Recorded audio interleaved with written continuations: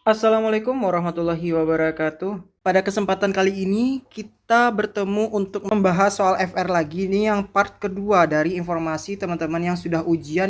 Kemarin ada wacana yang belum kita bahas ya. Nah, ternyata wacana ini muncul 2 sampai 3 soal di dalam ujian. Nah, makanya pada kesempatan kali ini di part kedua kita akan membahas secara detail dan lengkap, kita bedah tuntas ya. Ini FR yang belum kita bahas di part pertama. Bagi teman-teman yang belum menonton di part pertama, silahkan ada di playlist pada video di channel ini. Oh iya, saya lupa memperkenalkan diri ya. Jadi saya adalah Daniel ASN teman-teman ya. Jangan lupa untuk teman-teman memfollow kami. Kami juga ada di TikTok, ada juga di Instagram, ada juga di Facebook ya teman-teman ya. Dan buat teman-teman yang mau berlatih dengan soal-soal yang sudah kami sesuaikan dengan FR ujian terbaru, bukan terbaru lagi ya, paling baru di tahun ini ya. Dan lengkap dengan FR ujian-ujian di tahun sebelumnya juga ya teman-teman, lengkap. Ini ada teknis, manajerial, sosiokultural, dan wawancara. Itu juga tersedia dalam paket tryout tersebut. Dan ada lebih gongnya ya, itu ada paket 25.000. Teman-teman sudah bisa ikut tryout ya, sudah bisa ikut tryout dan bisa akses di bimbel.nip.asn.id. Oke, tanpa menunggu lebih lama ya teman-teman, kita akan langsung membahas soal yang pertama.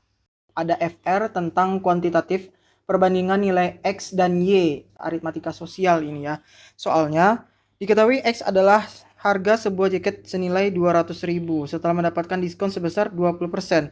Diketahui Y adalah 160.000. Manakah hubungan yang paling tepat? Kita akan menggunakan cara perhitungan terlebih dahulu ya. Setiap barang pasti harganya itu di awal 100%. Yakin 100%? Kalau 0% gimana? Warisan ya, atau 50% harga teman ya. Jadi setiap barang harganya itu pasti 100% ya teman-teman. Nah, di sini diketahui harga jaket itu senilai 200.000 setelah mendapatkan diskon 20%. Nah, kita hitung dulu, berarti yang 200.000 ini adalah udah harga 80% ya, karena tadi 20% tadi. Kemudian 80%, 80% dari yang 200.000 ini berapa gitu. Karena X yang ditanya ya. Oke, X sama dengan 200.000 dibagi 80%. 80% ini 80/100 ya teman-teman ya. Oke, 80/100. Jadi kalau pembagian seperti ini, 200.000 penyebutnya kita naikkan ke atas, 100/80. Oke, kita bagi atas dan bawah. 200.000 dengan 80 sama-sama dibagi 40, dapatnya di sini 5 ya. Ini nolnya naik 3. Oke, tambah 2, 500.000. Oke, 80 tadi bagi 40 dapatnya 2. Nah, X itu adalah 250.000. Jadi dibandingkan dengan Y, X ini lebih besar ya, karena si Y adalah 160.000. Nah, ini kan cara perhitungan ya. Sebenarnya ada cara yang paling cepat ya teman-teman ya. Gini caranya.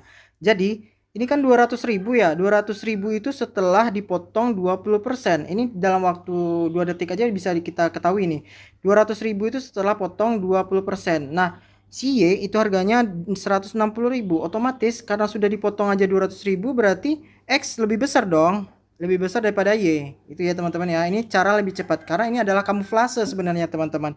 Jadi ketika teman-teman berhitung dari awal, misalkan nih lagi ngitung dari udah banyak ngitung gitu kan, tiba-tiba ngebaca soal seperti ini yang sebenarnya ini bisa dalam waktu kurang dari 5 detik teman-teman bisa menentukan jawabannya ada di A. X itu besar dari Y. Ini adalah cara cepat ya teman-teman ya. Cukup teman-teman lihat aja dulu setelah diskon itu dapatnya besar nggak daripada yang pembandingnya si Y ini. Mudah bukan? Soal FR selanjutnya ini adalah TU silogisme, penarikan kesimpulan. Ini berbeda dengan soal silogisme sebelumnya ya, yang memadukan premis semua dan beberapa pada part 1. Nah, pada soal kali ini mempertemukan dua premis yang sama-sama menggunakan kata semua. Ini kita dapat info juga di tadi ya dari siswa. Jadi pada subjek yang sama ini sering mengecoh siswa atau peserta ya, karena secara naluri mereka ingin menjawab pasti kata semua. Untungnya di tryout kita sudah membekali bahwa kalau misalkan ada kata semua seperti ini, itu gunakan triknya atau di pembahasan pada soal tryout tersebut sudah ada ya. Soalnya di sini semua anggota keluarga adalah pejabat. Ingat, anggota keluarga pejabat. Oke, semua anggota keluarga harus bersekolah tinggi. Anggota keluarga sekolah tinggi. Simpulan yang paling tepat adalah, oke, ini cara cepatnya ya teman ya. Untuk Ini kita menggunakan rumus identitas ganda namanya. Nah, identitas ganda itu gimana, Kak? Nah, misalkan kalau semua A sama dengan B, ketika semua A sama dengan C. Nah, jika ada subjek yang sama anggota keluarga digandingkan dengan dua predikat berbeda, misalkan pejabat dan sekolah tinggi menggunakan kata sama-sama menggunakan kata semua ya di sini ya, maka kesimpulan yang mempertemukan kedua predikat tersebut pasti menggunakan kata beberapa atau sebagian atau ada. Nah, mari kita cek. Sekarang kita gunakan trik coret atau eliminasi super cepat ini teman-teman. Kalau misalkan teman-teman menemukan soal yang seperti ini, begitu teman-teman menyadari bahwa pola rumus di atas, itu langsung coret aja opsi jawaban yang diawali dengan kata semua atau tidak ada. Jadi kalau misalkan pakai kata semua dan tidak ada, langsung kita coret. Berarti A pakai semua coret, C semua coret, D pakai tidak dicoret. Tinggal kita mengeliminasi yang B dengan E. B dengan E mana yang paling tepat? Kalau misalkan kita lihat yang E, ini beberapa keluarga bukan merupakan pejabat. Nah, ini bertentangan dengan premis 1 yang menyebutkan semua anggota keluarga adalah pejabat. Berarti jawaban yang paling tepat itu adalah B. Kita cek dulu. Beberapa pejabat harus sekolah tinggi. Ya, benar ya. Ini beberapa pejabat harus sekolah tinggi. Karena sesuai dengan aturan beberapa, sebagian, dan ada. Oke. Mudah ya. Kita lanjut ke soal berikutnya. Soal tentang jeruk itu keluar lagi ya teman ya. Jadi ini soalnya juga ada di tryout. Seorang petani, mana kursor saya ini? Seorang petani dalam waktu 15 menit dapat memetik 75 buah jeruk. Jika ia bekerja dalam waktu 8 jam dalam sehari, berapa total jeruk yang dipetik selama 1 minggu? Ini dia nggak libur ya. 1 minggu dia metik terus. Ini penyelewangan hari kerja nih ya. Tapi ya kita menuju target omset mungkin. Dia dalam waktu 15 menit dapat memetik 75 jeruk. Ya, dalam 1 jam itu 60 menit ya. Waktu kita sama ya teman-teman ya. Ada yang berbeda waktu kita? Gaib mungkin. Waktu kita sama ya, 60 menit semua. Berarti kalau misalkan dalam 15 menit ke 60 berarti kali 4 ya berarti ya. 4 dikali 75 buah jeruk. Nah, ini untuk konversinya. 4 kali 75. Wah, kita ke bawahin aja deh biar gampang. Berarti 75 dikali 4. 4 kali 5 0, 2, 7 kali 4 28, 3. Oke, itu buah per jam. Oke, ini per jam. Dia katanya tadi bekerja selama 8 jam, berarti dikali 8 dong. 8 kali 3 24. Turun nolnya 2400 ya. Ini per hari, buah per hari. Kemudian hitungannya 1 minggu itu 7 hari. Berarti dikali 7. Wah, ini sampai ke bawah ini. 7 kali 4 8. 7 kali 2 14, 16, turun 02, 11.800 buah per minggu. Ada nggak jawabannya? Oh, ada nih di B. Oke, mudah ya kalau yang ini ya teman-teman. Ini adalah soal TIU aritmatika dasar atau perbandingan senilai untuk kecepatan kerja ya, menerapkan logika apa ini ya, konversi waktu dan hitungan cepat. Jadi polanya sama persis dengan soal yang sebelumnya sebenarnya ini ya teman-teman ya. Cuman ini kondisinya atau produknya adalah jeruk. Kita lanjut ke soal berikutnya. Baik, ini adalah soal FR selanjutnya yang nggak pernah ketinggalan jika maka ya, silogisme penarikan kesimpulan atau logika implikasi. Jadi tipe soal yang ini menggunakan pola jika maka. Oke, kita baca soalnya ya. Jika pemerintah daerah menetapkan peraturan bebas kendaraan bermotor di pusat kota, maka tingkat polusi udara akan menurun secara signifikan. Jika tingkat polusi udara menurun secara signifikan, maka jumlah pasien penyakit pernapasan akan berkurang drastis. Simpulan apa yang paling tepat? Tipe soal yang jika maka ya, implikasi.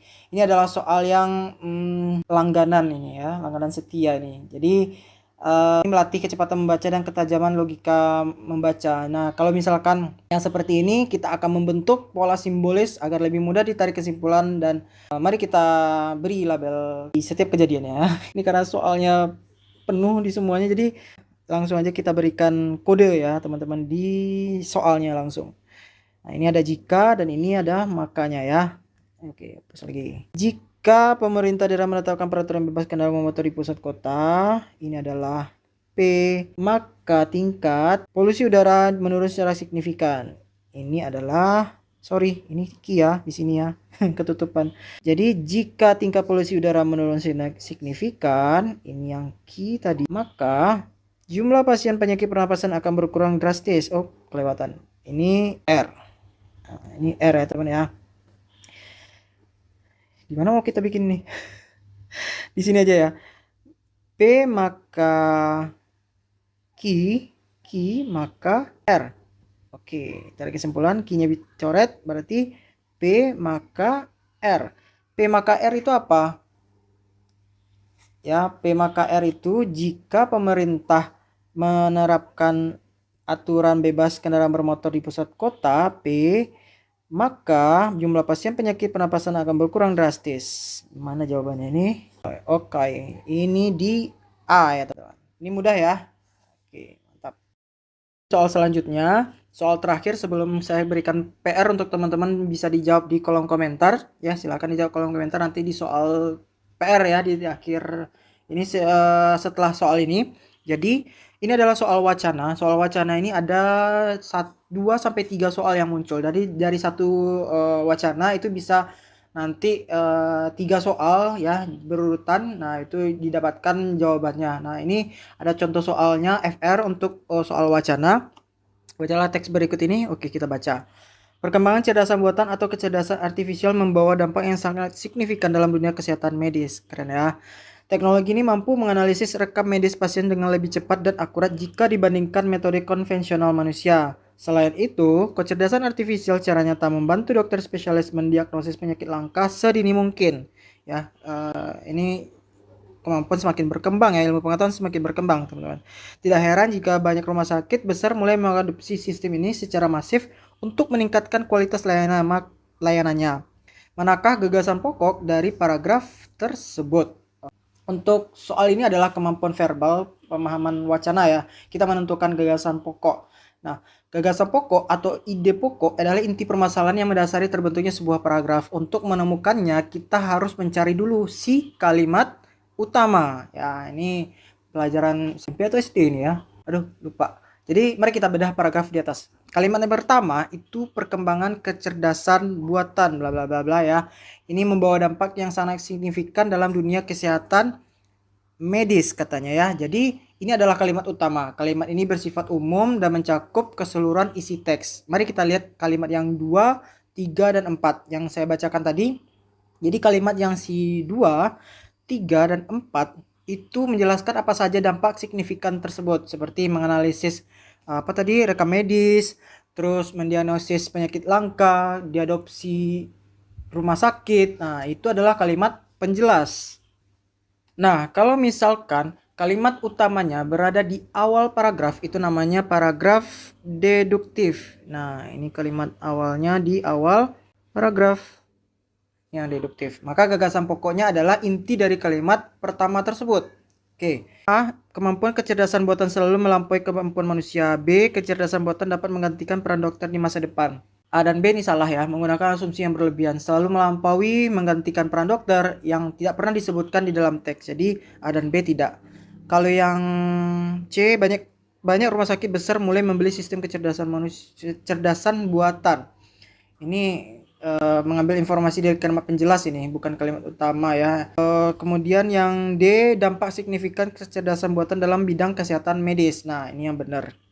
Ada di D. Kalau yang E, mendiagnosis penyakit langka adalah fungsi utama dari dunia medis. Ini sama juga nih, bukan gagasan pokok ini kalau yang E ya. Jadi jawaban memang yang tepat ada di D. Jadi ini ada paket tryout ya. Ini paket tryout untuk wali asuh dan wali asrama yang sudah kita sesuaikan dengan soal-soal FR terbaru di tahun 2026 dan harganya murah meriah ya, 25.000 sudah dapat paket lengkap 4 kompetensi teknis, manajerial, sosiokultural, dan wawancara. Ini investasi bukan bodong ya, ini adalah investasi masa depan. Dengan tryout ini udah lengkap di dalamnya, teman-teman bisa mengerjakan soal FR dari yang sudah mengerjakan soal asli ya teman-teman.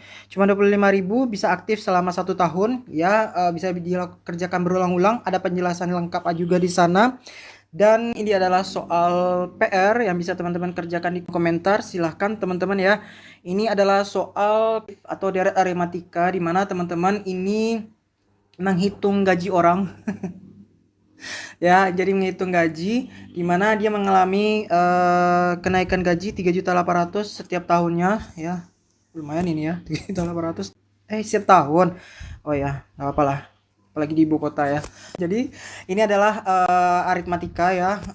Itu dihitung dari tahun pertama, tahun kedua, tahun ketiga berapa total gaji yang didapatkan si A ini ya, si kawan ini ya. Jadi berapa yang didapatkan, jadi itulah jawabannya. Ini gampang teman-teman, silahkan dikerjakan. Tapi kalau tidak dikerjakan nggak tahu ini jawabannya ya. Tidak dipertaruhkan, tidak dimenangkan teman. Oke, pemenang tidak selalu yang pintar, tapi yang duluan tahu. Like dan subscribe video ini jika bermanfaat di kamu. Saya Dania ASN. Terima kasih.